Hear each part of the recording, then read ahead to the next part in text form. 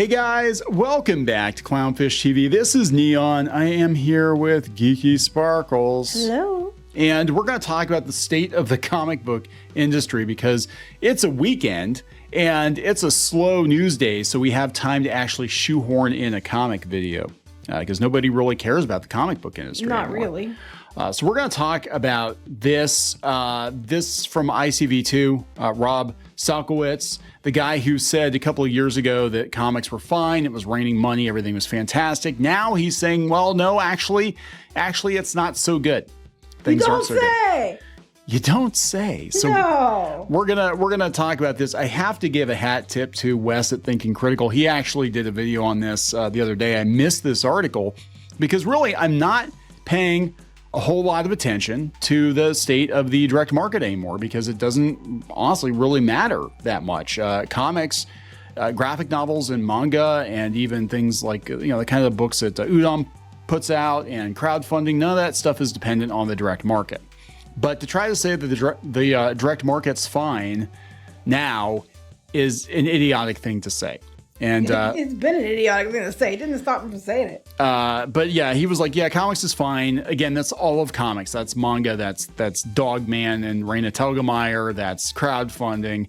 Yeah, comic shops, not fine, but that's okay. The publisher at Marvel says that things are going to be good. It's fine. Things are much better than we're being led to believe, guys. Trust us, it's the truth, because we said so. Trust us, even though there are comic shops that have been in business for decades and they suddenly went out of business within the last couple of years. It's all fine. Everything is good. It's all fine here. So it's right sizing. It's right sizing. Let's talk about this. Before we get into it any further, please subscribe for more pop culture news, views, and rants, guys. Get woohoo if you do. Woohoo! A little bit of a backstory. Worked in comics for a number of years. We self-publish our own comics now. You're a liar. Liar. Worked on Scrooge McDuck primarily, and I don't know what the hell is going on with the covers. They're doing these variant covers to be like, look how trendy and cool we are. But most of those wouldn't have gotten past Disney back in the day. Yeah, let's just take a slight detour before we get into it. I gotta tell you, I know that the one is Frank Miller.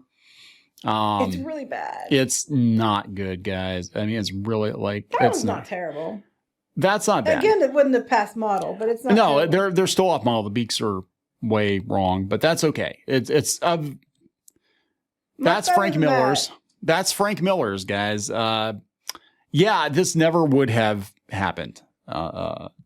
Regardless of who he is at Disney when I did work for them, that wouldn't either. No, Scotty Young. I'm sorry, they're off model, and I guess because Disney owns Marvel now, they can probably get away with a lot more. But when we did licensed comics, they were very, very strict about adhering to the style guides. In fact, I had them redraw my Scrooge a couple of times.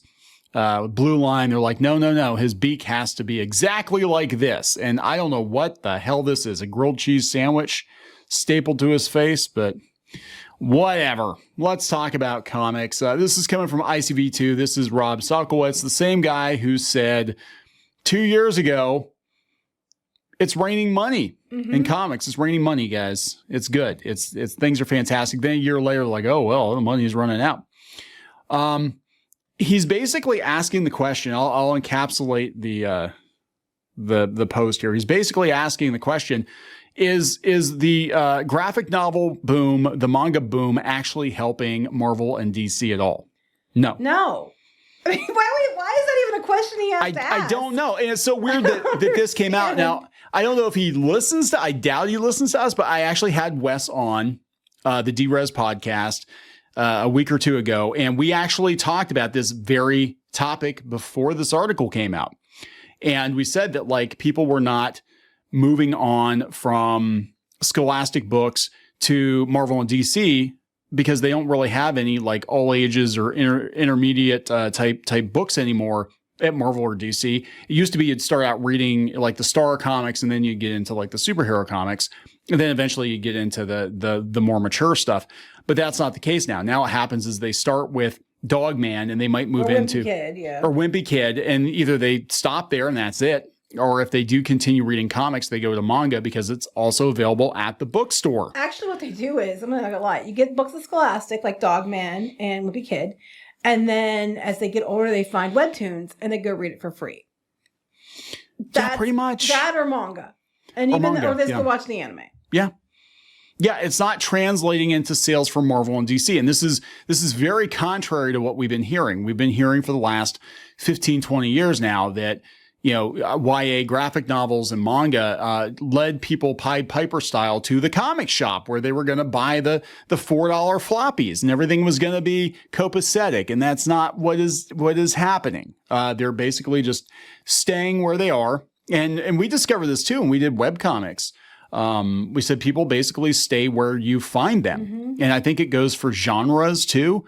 I think if people are used to buying their comics at a bookstore or through Amazon or at Walmart a lot of these the manga and the popular books that are graphic novels are Walmart. So basically they go from Scholastic to Walmart.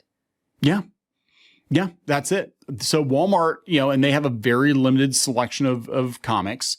But it does appeal to, I could see like the webtoon books appealing to people that have graduated from like the Raina Telgemeier type books. So you basically go from like Dogman to Raina Telgemeier to like webtoon. And then maybe you'd go to the manga if you're still interested in it, if you haven't just decided the video games are a lot more fun. I can tell you, and this was several years ago, I was working for a while at the one high school as an art teacher, and I had the homeroom. And when it was homeroom time and kids were reading stuff and reading books, they were reading webtoons comics and things like that because they were free. Yeah. It's just how it is. It said more than 15 years into the Scholastic-led explosion of young reader graphic novels, it's worth asking if this is doing the wider industry any good or the medium of comics much good. It's certainly not awesome for other publishers angling for younger readers who are getting ground into the pace by Scholastic's total market domination. But more fundamentally, we seem to have come full circle from comics aren't just for kids anymore to comics seem to be just for grown-ups now too, as anyone but kids buying graphic novels in big numbers.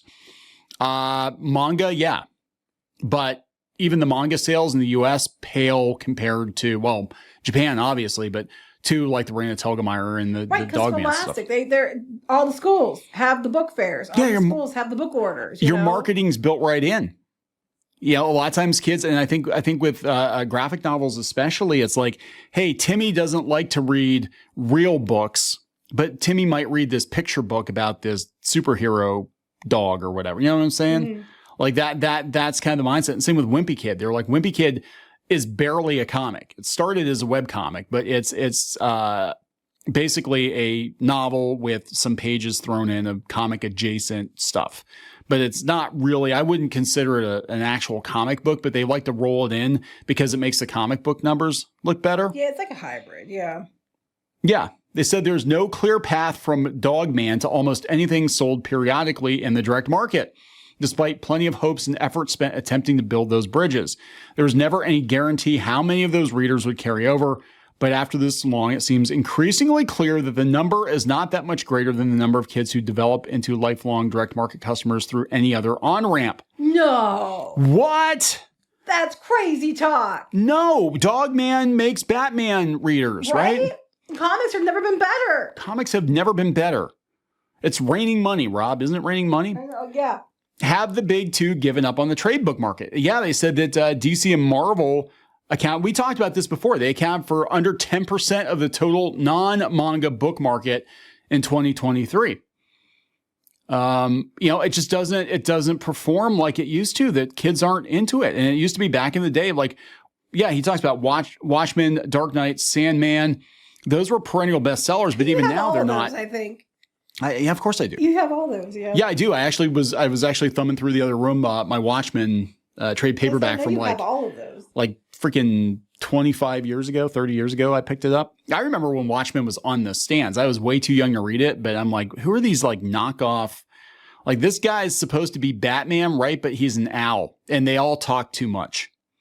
That was my takeaway from it. Like, as a kid, I'm looking at it, I'm like, this comic's got a lot of words. Modern comics, they seem to all talk too much too. So, well, I started reading X-Men by Chris Claremont, and that was just like a word balloon with some art kind of shoehorned in around the word balloons. But yeah, they said that they said it feels like malpractice when the companies managed to do an even worse job in coordinating with media events, such as when Vertigo's Bodies trade was nowhere to be seen when it dropped on Netflix. This is an ongoing problem.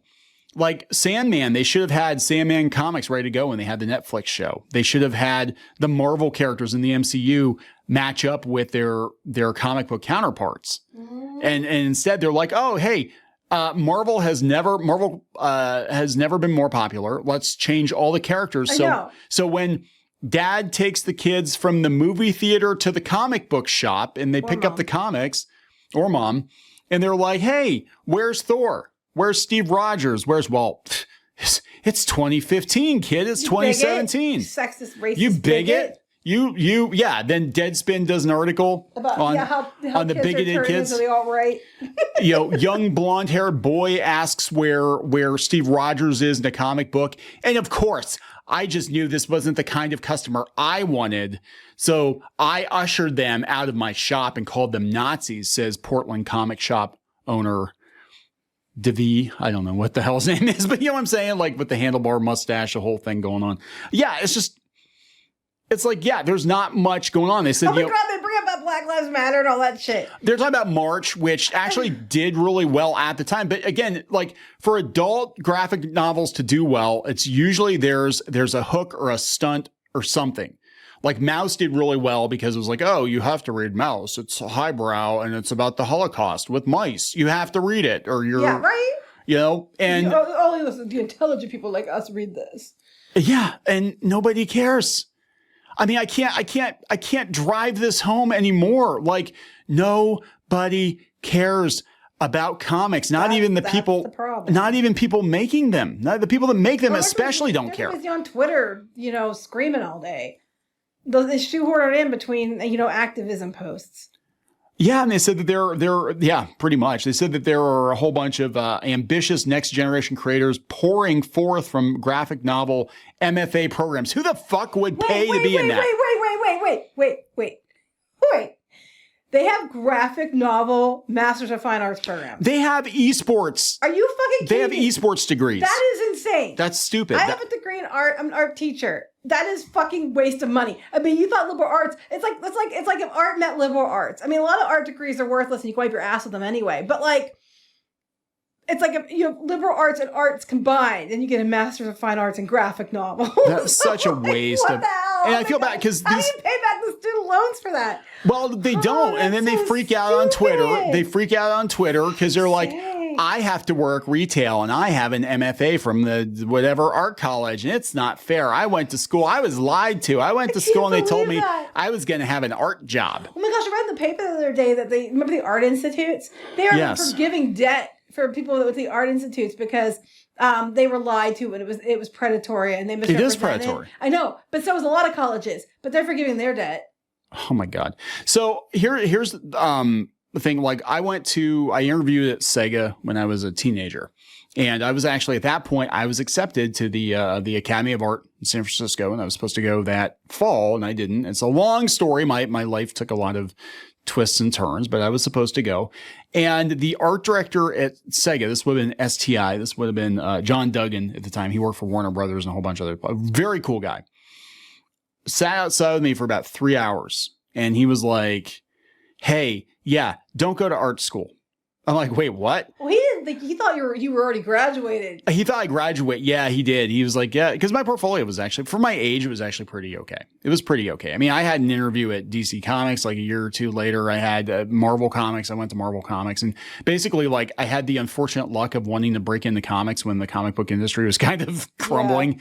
But so I was like, okay, I'll go work for Sega because they're right here, and I was in the Bay Area, and a very cool guy. But he's like, yeah, I can't tell anybody in good faith to go to art school. He's like, back in the day, we used to have apprenticeships, and he's like, that's probably still the best. He said, I can't say it's completely worthless, but he's like, you get a foundation. Oh, I think they need to bring back apprenticeships, but that's just me. But like in animation, he said, especially back in the day, you basically would be good enough to get a job helping established animators out, and then you would work your way up through the ranks. You'd start out as a teenager, early 20s, and then you'd work your way up. And then they would always hire from within. He said that's still the best way to go. He said that's what we're trying to do here. But I think they shut STI down a couple of years later because of the Saturn bomb. But yeah, he's like, don't go. Don't go to art school. It's a complete waste of time. So yada, yada, yada. I wound up working as a journalist and working in web development, and all of that stuff pays better than comic books does now for most people. Some people are still doing pretty okay. If you're crowdfunding, you're doing pretty okay. There are a handful of people like Raina Telgemeier, they're doing okay. But like, I'm seeing all these people on Twitter, I need to go fund me for basic living expenses because all the work's drying up. And it's only going to get worse or you because can just go find a job. You could find a regular job. Yeah, you're going to make more money working at Lowe's. I mean, this is the truth. Unless you're, like an A-lister or something at Marvel or DC. And even then, I'm hearing the page rates are like really low. But this guy from Marvel's just like... Oh, yeah. Because, of course, here's the thing. When you have to, they're not going to say the sky's falling because it's their job and their asses. It's like when people screw up, they're not going to come admit, oh, yeah, you called me out, I screwed up, because they're going to look really stupid. They're going to double down on the fact they didn't, even when they did. Yeah, we'll wrap it up with this. Dan Buckley from Marvel, publisher at Marvel. I feel the direct market is in a much better place than most people think it is. But I will admit there's some challenges there as we try to find our way out of the pandemic. The pandemic is over. You cannot use it as an excuse anymore. You cannot. It started 4 years ago, but it's been like 3 years. It's been at least, I would say let's be generous, at least 2 years. We've been out of it for at least 2 years. Keep using that damn excuse. And during the pandemic, sales were better because people had stimulus checks and they had all this free time and they were stuck in their houses. So they were buying this stuff. They were buying all kinds of comic books and tabletop games and all that stuff. And they're like, hey, I can go outside. Calling bullshit. Anyway, we're going to wrap this up. We're going to wrap it up. The industry is in a state of bullshit right now. So please subscribe for more pop culture news, views, and rants. We'll talk later. Bye.